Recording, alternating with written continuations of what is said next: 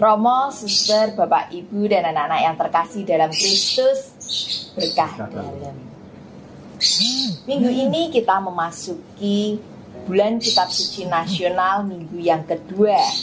Di dalam minggu yang kedua ini dengan tema Yesus sahabat bagi mereka yang kehilangan, diambil dari Injil Yohanes bab 11 ayat 1 sampai dengan 45. Maka marilah kita dengarkan Injil Tuhan. Baik, mari kita bersama-sama mendengarkan Injil Tuhan. Tuhan beserta kita sekarang dan selama-lamanya. Inilah Injil Yesus Kristus menurut Yohanes. Dimuliakanlah Tuhan. Lazarus dibangkitkan. Ada seorang yang sedang sakit, namanya Lazarus. Ia tinggal di Betania, kampung Maria dan adiknya Marta. Maria ialah perempuan yang pernah meminyaki kaki Tuhan dengan minyak mur dan menyekanya dengan rambutnya. Dan Lazarus yang sakit itu adalah saudaranya. Kedua perempuan itu mengirim kabar kepada Yesus. Tuhan, dia yang engkau kasihi sakit. Ketika Yesus mendengar kabar itu, ia berkata, penyakit itu tidak akan membawa kematian, tetapi akan menyatakan kemuliaan Allah. Sebab oleh penyakit itu, anak Allah akan dimuliakan. Yesus memang mengasihi Marta dan kakaknya dan Lazarus. Namun setelah didengarnya bahwa Lazarus sakit, ia sengaja tinggal 2 hari lagi di tempat di mana ia berada. Tetapi sesudah itu ia berkata kepada murid-muridnya, mari kita kembali lagi ke Yudea. Murid-murid itu berkata kepadanya, Rabi, baru-baru ini orang-orang Yahudi mencoba melempari engkau. Masih maukah engkau kembali ke sana? Jawab Yesus, bukankah ada 12 jam dalam satu hari? Siapa yang berjalan pada siang hari, kakinya tidak terantuk, karena ia melihat terang dunia ini. Tetapi jikalau seorang berjalan pada malam hari, kakinya terantuk, karena terang tidak ada di dalam dirinya. Demikianlah perkataannya, dan sesudah itu ia berkata kepada mereka, Lazarus saudara kita telah tertidur, tetapi aku pergi ke sana untuk membangunkan dia dari tidurnya. Maka kata murid-murid itu kepadanya, Tuhan, jikalau ia tertidur, ia akan sembuh. Tetapi maksud Yesus ialah tertidur dalam arti mati. Sedangkan sangka mereka, Yesus berkata tentang tertidur dalam arti biasa. Karena itu Yesus berkata dengan terus terang, Lazarus sudah mati. Tetapi syukurlah aku tidak hadir pada waktu itu, sebab demikian lebih baik bagimu supaya kamu dapat belajar percaya. Marilah kita pergi sekarang kepadanya. Lalu Thomas yang disebut Didimus berkata kepada teman-temannya, yaitu murid-murid yang lain, marilah kita pergi juga untuk mati bersama-sama dengan dia. Maka ketika Yesus tiba, didapatinya Lazarus telah 4 hari berbaring di dalam kubur. Betania terletak dekat Yerusalem, kira-kira 2 mil jauhnya. Di situ banyak orang Yahudi telah datang kepada Marta dan Maria untuk menghibur mereka berhubung dengan kematian saudaranya. Ketika Marta mendengar bahwa Yesus datang, ia pergi mendapatkannya, tetapi Maria tinggal di rumah. Maka kata Marta kepada Yesus, Tuhan, sekiranya engkau ada di sini, saudaraku pasti tidak mati. Tetapi sekarang pun aku tahu bahwa Allah akan memberikan kepadamu segala sesuatu yang engkau minta kepadanya. Kata Yesus kepada Marta, saudaramu akan bangkit. Kata Marta kepadanya, aku tahu bahwa ia akan bangkit pada waktu orang-orang bangkit pada akhir zaman. Jawab Yesus, akulah kebangkitan dan hidup. Barang siapa percaya kepadaku, ia akan hidup walaupun ia sudah mati. Dan setiap orang yang hidup dan yang percaya kepadaku tidak akan mati selama-lamanya. Percayakah engkau akan hal ini? Jawab Marta, ya Tuhan, aku percaya bahwa engkaulah Mesias anak Allah, Dia yang akan datang ke dalam dunia. Dan sesudah berkata demikian, ia pergi memanggil saudaranya Maria dan berbisik kepadanya, Guru ada di sana dan ia memanggil engkau. Mendengar itu, Maria segera bangkit lalu pergi mendapatkan Yesus. Tetapi waktu itu Yesus belum sampai ke dalam kampung itu. Ia masih berada di tempat Marta menjumpai dia. Ketika orang-orang Yahudi yang bersama-sama dengan Maria di rumah itu untuk menghiburnya, melihat bahwa Maria segera bangkit dan pergi keluar, mereka mengikutinya karena mereka menyangka bahwa ia pergi ke kubur untuk meratap di situ. Setibanya Maria di tempat Yesus berada dan melihat dia, tersungkurlah ia di depan kakinya dan berkata kepadanya, Tuhan, sekiranya engkau ada di sini, saudaraku pasti tidak mati. Ketika Yesus melihat Maria menangis dan juga orang-orang Yahudi yang datang bersama-sama dia, maka masbullah hatinya. Ia sangat terharu dan berkata, di manakah dia kamu baringkan? Jawab mereka, Tuhan, marilah dan lihatlah. Maka menangislah Yesus. Kata orang-orang Yahudi, lihatlah betapa kasihnya kepadanya. Tetapi beberapa orang di antaranya berkata, ia yang memelekkan mata orang buta, tidak sanggupkah ia bertindak sehingga orang ini tidak mati? Maka masgullah pula hati Yesus. Lalu ia pergi ke kubur itu. Kubur itu adalah sebuah gua yang ditutup dengan batu. Kata Yesus, angkat batu itu. Marta, saudara yang meninggal itu, berkata kepadanya, Tuhan, ia sudah berbau, sebab sudah 4 hari ia mati. Jawab Yesus, bukankah sudah kukatakan kepadamu, jikalau engkau percaya, engkau akan melihat kemuliaan Allah. Maka mereka mengangkat batu itu, lalu Yesus menengadah ke atas dan berkata, Bapa, aku mengucap syukur kepadamu, karena engkau telah mendengarkan aku. Aku tahu bahwa engkau selalu mendengarkan aku, tetapi oleh karena orang banyak yang berdiri di sini mengelilingi aku mengatakannya, supaya mereka percaya bahwa engkaulah yang telah mengutus aku. Dan sesudah berkata demikian, berserulah ia dengan suara keras, Lazarus, marilah keluar. Orang yang telah mati itu datang keluar, kaki dan tangannya masih terikat dengan kain kapan, dan mukanya tertutup dengan kain peluh.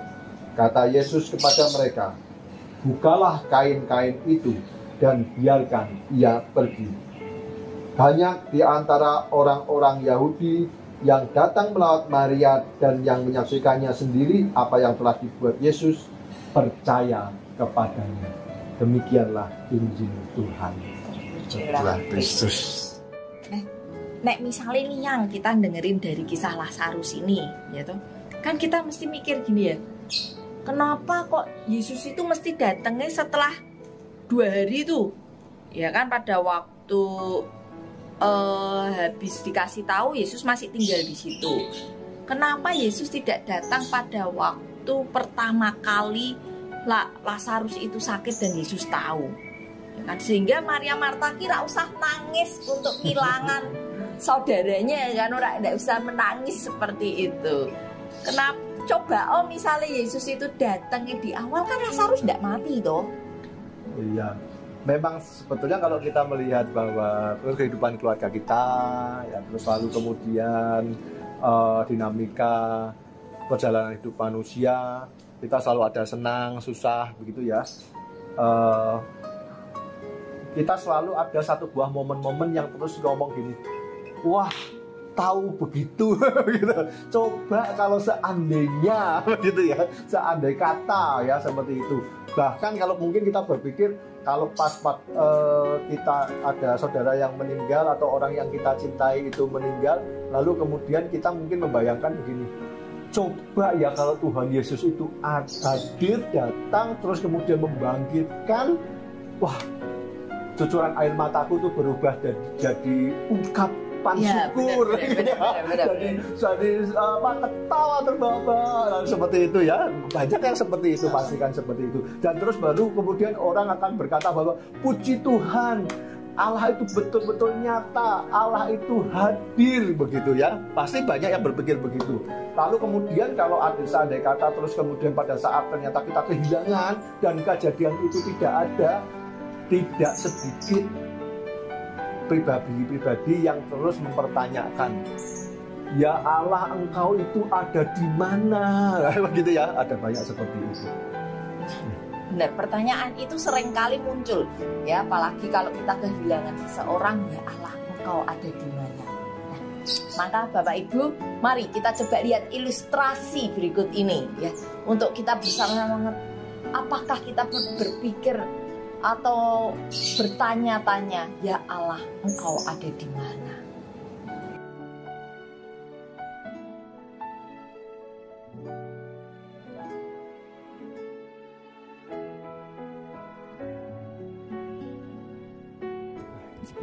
Halo tuh, sorry nunggu lama. Memangnya layar siapa tuh, Pak? Itu temennya papa yang dulu sakit, yang papa pernah cerita itu sakit. Terus tinggal anak 5. Kasihan. Oh, anaknya masih kecil-kecil. Oh, nah waktu itu udah pernah didoain belum? Waktu itu pernah didoain sih. Oh. Pernah didoain. Kalau misalnya waktu didoain itu terus habis itu langsung ada mukjizat, penyakitnya sembuh gitu ya? Ya betul. Yang Aldo tanya itu betul. Betulnya kita selalu berharap seperti itu ya, bahwa kalau seandai kata sakit itu sembuh, dan banyak orang ketika disembuhkan merasakan bahwa mukjizat kehadiran Allah itu ada seperti itu. Tetapi ya di dalam hidup kita itu selalu ada kalanya seperti ini, ada yang sakit bisa sembuh, ada yang sakit terus kemudian meninggal. Ya. Ayo duduk dulu aja. Oh, iya. Omong-omong. Coba kalau kayak itu ya, ceritanya Lazarus itu kayak kemarin BKSN-nya itu kan tentang Lazarus itu. Nanti tiba-tiba ada mukjizat terus habis itu bisa bangkit lagi, kan sungguh sukacita gitu rasanya. Memang di dalam hidup kita itu selalu mudah ketika ada kebaikan itu selalu mengatakan bahwa Allah itu hadir, Allah itu menolong ya. Tetapi sebetulnya kehadiran dan pertolongan Allah itu bukan sekedar bahwa kita itu di saat-saat sukacita, tidak. Tetapi dimanapun, kapanpun Allah itu hadir dan menolong kita. Seperti misalnya ketika kita sakit dan terus kemudian kita itu meninggal, itu sebetulnya Allah itu hadir, bukannya tidak hadir. Tetapi kehadiran Allah itu dalam bentuk rahmat ketika kita tuh bisa mengatasi hal itu. Nah, itulah kehadiran Allah. Lalu ketika kematian dan kemudian kita merasa ditinggalkan oleh orang-orang yang kita cintai, lalu kemudian kita bingung secara ekonomi bagaimana pulihnya, terus kemudian bagaimana menopang hidup dan lain-lain, kita merasa bahwa aduh, Allah meninggalkan aku, atau banyak yang bilang bahwa di mana kamu Allah, seperti itu ya, merasa ditinggalkan. Tapi sebetulnya Allah tidak pernah meninggalkan kita. Justru di saat-saat seperti itu Allah itu dekat dengan kita dan menopang kita, memampukan kita supaya kita itu bisa survive seperti itu. Terus kalau misalnya kayak waktu kayak perjanjian lama gitu, bangsa Israel kan ditolong Tuhan, atau perjanjian baru Yesus hadir secara langsung. Nah terus kalau misalnya sekarang ini kita merasakan kehadiran Allah di mana, Pak?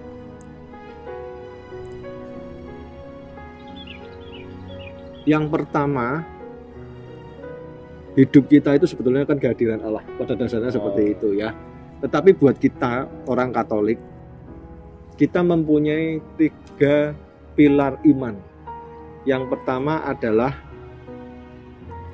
kitab suci, yang kedua adalah tradisi suci, yang ketiga adalah ajaran Bapa Gereja. Ini bukan sekedar pilar saja, tetapi justru ini adalah cara Allah untuk menyampaikan kehadiran dan cintanya. Melalui kitab suci, kita bisa melihat bagaimana Allah itu menyertai, hadir dari manusia diciptakan sampai menjadi sebuah bangsa, sampai jatuh di dalam dosa, bahkan diselamatkan melalui perjuangan-perjuangan, diselamatkan oleh pengampunan-pengampunan, dan kemudian dimenangkan oleh Kristus, diberi pertolongan oleh Roh Kudus. Ini kita bisa melihat catatan-catatan sejarah dan juga perjalanan iman para nabi dan para rasul di kitab suci. Lalu tradisi suci. Tradisi suci itu yang diwariskan kepada kita melalui sakramen-sakramen yang kita terima, itu sebetulnya tanda kehadiran Allah. Ketika kita bayi lahir, kita dibaptis, Allah hadir di waktu penciptaan kita. Ketika kita bertumbuh besar, lalu kemudian kita itu mulai mengenal Allah, Allah hadir di dalam sakramen Krisma. Kita mulai diteguhkan, dikuatkan, ya, semakin bertumbuh besar. Lalu kemudian semakin berelasi lebih dalam melalui sakramen Ekaristi. Lalu ketika kita jatuh di dalam dosa, Allah hadir mengampuni kita melalui sakramen tobat. Bahkan di saat-saat kita itu senang sekali, ya, sakramen pernikahan, ya, dan ketika kita itu sedih, terguncang, hampa, itu ada di dalam sakramen yang namanya sakramen pertobatan atau sakramen perminyakan. Nah, dan di saat kegembiraan nanti ada sakramen imamat, kegembiraan, pengabdian, ketaatan. Ya, sebetulnya di dalam tradisi-tradisi yang sudah diwariskan kepada kita itu sebetulnya tanda kehadiran Allah. Yang ketiga, ajaran Bapa Gereja. Sebetulnya ajaran Bapa Gereja ini bukan sekedar salah satu pilar iman saja, tetapi kehadiran Allah melalui Bapak-Bapak Gereja untuk supaya ketika kita itu menjalani fungsi sebagai imam, nabi, dan raja, itu kita mempunyai kemerdekaan untuk merasakan kehadiran Allah. Soalnya kan gini, kalau di tempatnya kitab suci, misal kamu harus hidup kudus, lah mikirnya kan susah, ya. Hidup kudus itu tidak berbuat dosa dan hidupnya suci, kusyuk, doa gitu, ya, seperti itu, tidak melakukan kesalahan, dan kemudian kita membayangkannya santai-santai sama para malaikat gitu, ya. Nah, ajaran Bapak Gereja memberikan kita ruang bagaimana caranya di dalam hidup kita sehari-hari, ketika kita itu berkarya, caranya kita itu hidup menuju kekudusan dan kesucian. Nah, itulah tanda-tanda kehadiran Allah. Berarti memang sekarang pun tuh Allah itu tetap hadir, ya? Hadir, ya, walaupun kita tuh mungkin merasa tidak beruntung atau dalam kesedihan, cucuran air mata, hati hampa, tapi di situlah Allah itu hadir. Allah selalu hadir, terlebih bagi seseorang yang membutuhkan. Kalau kita itu manusia diciptakan, ya pasti juga Allah pasti memberikan pertolongan. Gitu. Nah, saudara-saudara terkasih, kita tadi sudah melihat ilustrasi tadi mengenai Allah yang hadir. Yang kita alami nih, ya kan, dari ilustrasi dari bacaan ini, ya, yang kita alami atau yang kamu secara pribadi alami, perasaan kehilangan itu apa, ya? Pernah. Jadi begini teman-teman yang terkasih, Bapak Ibu yang tercinta, dimanapun berada, kita berbagi ya di dalam BKSN kedua ini mengenai kehadiran Allah. Sebetulnya untuk masalah kematian dan kemudian kita merasa ditinggalkan, kemudian kisah Lazarus ini selalu kita itu ingin bahwa kalau seandainya kata ada orang yang tercinta di dalam keluarga kita itu meninggal, lalu kemudian sebetulnya itu kalau bisa itu berita itu nggak benar gitu ya, kemudian kalau bisa ya bangkit lagi atau gimana seperti itu terjadi dalam kehidupan saya. Waktu itu ketika ayah saya meninggal dunia, itu ketika saya mendampingi dan kemudian semua selesai itu saya merasa sebetulnya itu ya baik-baik saja. Saya merasa baik-baik saja, merasa berjalan, saya ambil tanggung jawab sebagai anak yang pertama, segala sesuatunya berjalan. Tetapi tanpa disadari setelah berlalu setahun 2 tahun, ternyata saya mendapati ada satu buah luka di dalam hati saya. Luka tidak menerima bahwa sebetulnya itu, atau luka karena sebetulnya itu merasa bahwa aduh, merasa kehilangan, merasa kalau mungkin kalau pada saat itu aku melakukan sesuatu nggak jadi meninggal seperti itu ya, kadang seperti itu. Dan akhirnya itu terluka itu membuat satu buah keputusan di dalam hidup.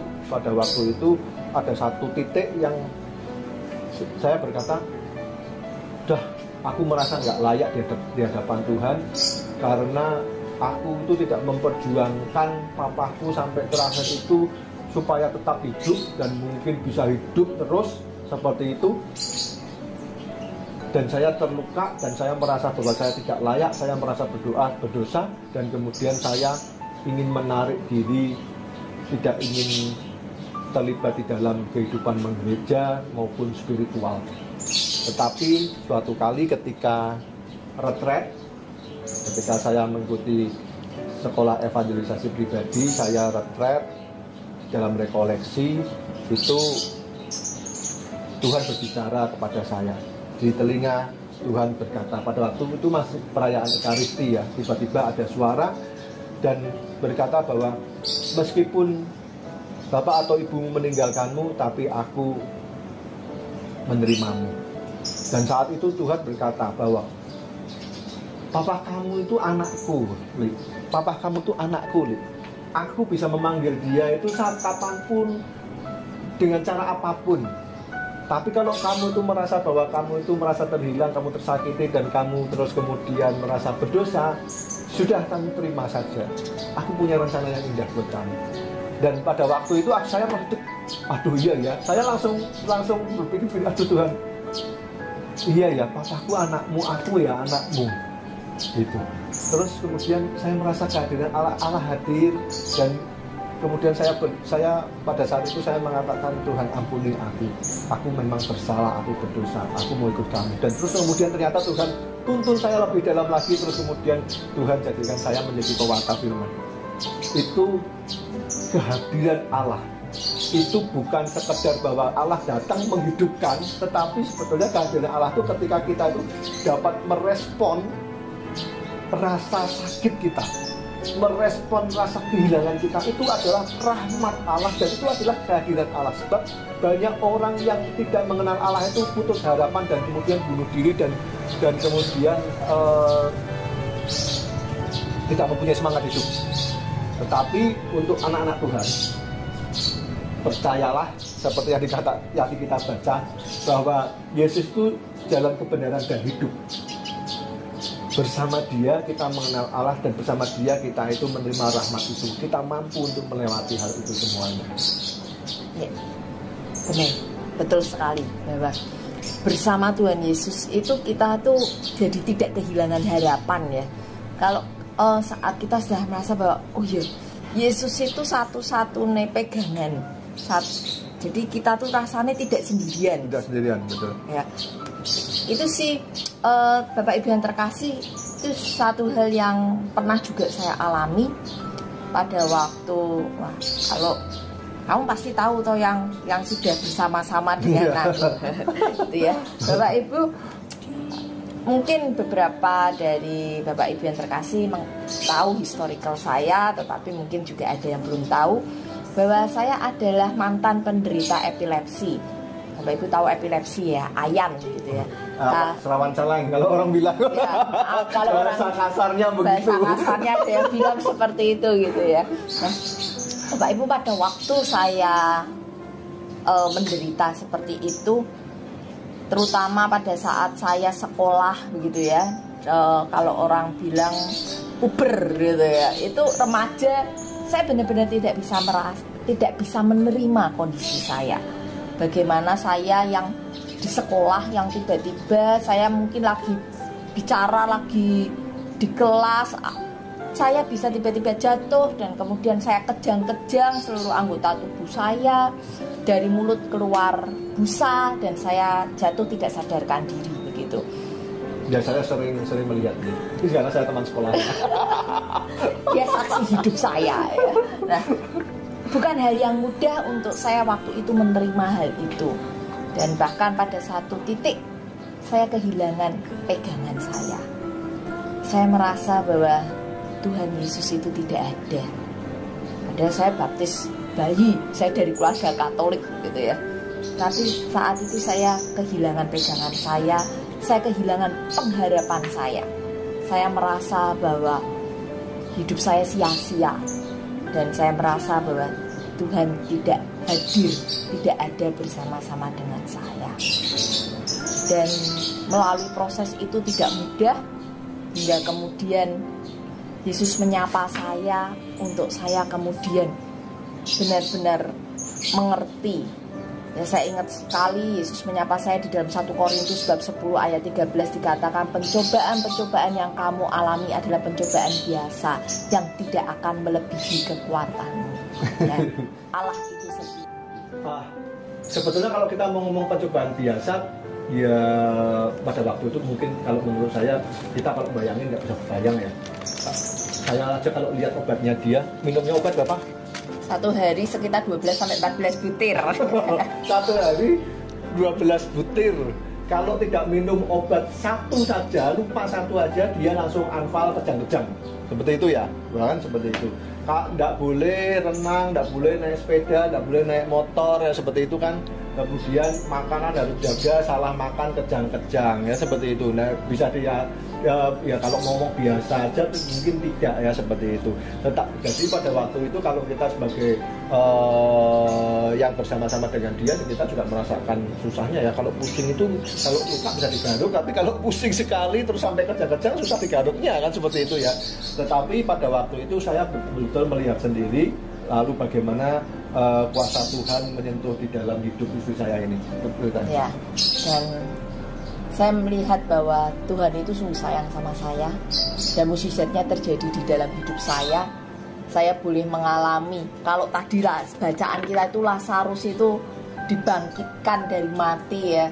Buat saya itu juga dibangkitkan ya. Di dalam sebuah perayaan Ekaristi, pada waktu itu ada pentataan sakramen Maha Kudus ya. Ingat ya.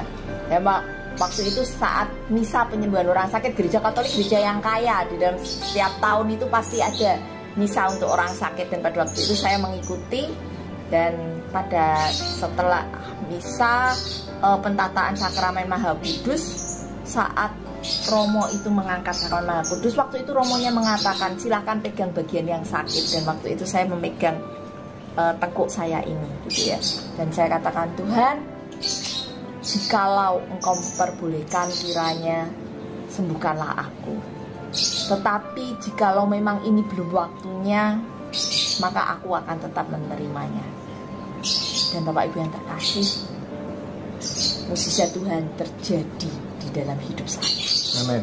Sekeluar dari Ekaristi itu, saya benar-benar disembuhkan. Ya, benar-benar sembuhkan, karena saya hidup lalu bersama-sama dengan istri saya bertahun-tahun, dan saya tahu kesembuhan yang diberikan oleh Tuhan itu sempurna adanya. Nah, itu mukjizat yang yang terjadi dalam keluarga kami. Saya percaya bahwa mujizat itu juga terjadi di dalam hidup saudara-saudara semuanya.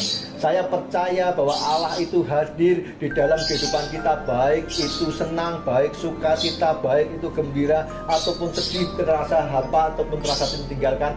Saya percaya bahwa Allah itu tetap hadir dalam hidup kita. Amin. Amin. Percayalah hal itu. Mungkin ketika kita ditinggalkan, pertama kali kita mengalami penolakan, menolak bahwa sebetulnya itu kita itu sudah ditinggalkan oleh orang yang mencintai kita. Menolak itu, dan kemudian mulai kita itu menolak diri kita terhadap orang-orang lain, terus kemudian menutup diri kita, dan kemudian tidak mau berrelasi. Banyak yang seperti itu. Tetapi percayalah saudara-saudaraku yang terkasih, yang melihat tayangan ini di dalam bulan Kitab Suci Nasional, di mana Tuhan selalu hadir bersama kita semua, kita yang sudah dianggap oleh sahabat-sahabat oleh Tuhan Yesus, anak-anak Allah. Kita itu mempunyai harapan, sebab Tuhan Yesus sudah berkata tadi dalam Injil, dikatakan, akulah jalan hidup dan kebenaran, dan itu melalui Tuhan Yesus Kristus. Ya. Maka marilah teman-teman saudara-saudaraku yang terkasih, yang mungkin masih berproses, mungkin sudah mengalami hal-hal yang lalu itu, tetapi itu menjadi satu buah kenangan, kesadaran bahwa Allah itu penuh cinta dan selalu hadir, ya, seperti itu, selalu hadir. Dan Tuhan Yesus ada bersama-sama dengan kita itu karena Allah itu hadir, dan Roh Kudus bersama-sama dengan kita pada zaman akhir ini ya karena Allah itu hadir. Kesatuan antara Bapa, Putra, dan Roh Kudus. Amin. Amin. Baik, marilah kita bersama-sama kita berdoa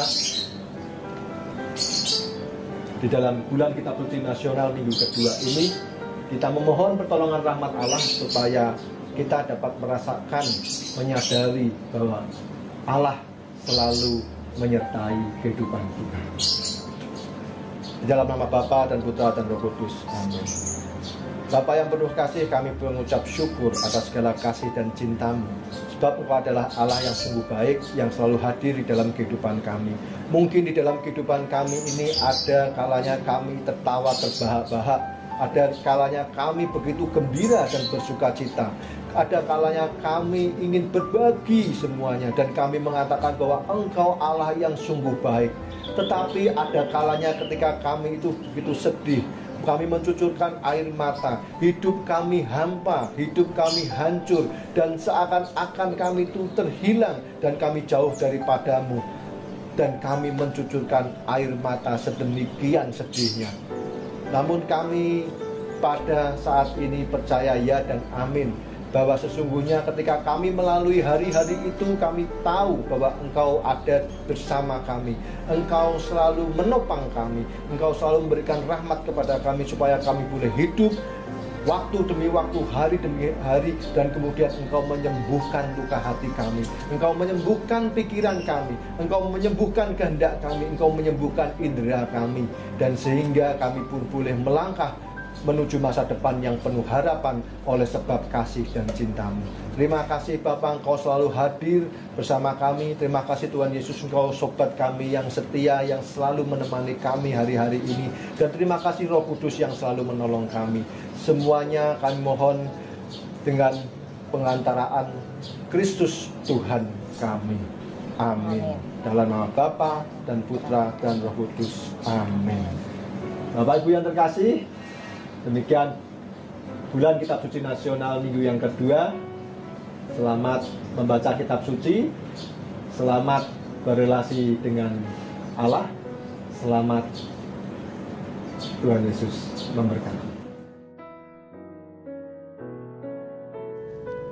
Perjalanan hidup seperti musim berganti. Ada kala bersinar seperti mentari, ada pula gelap malam menyelimuti hari.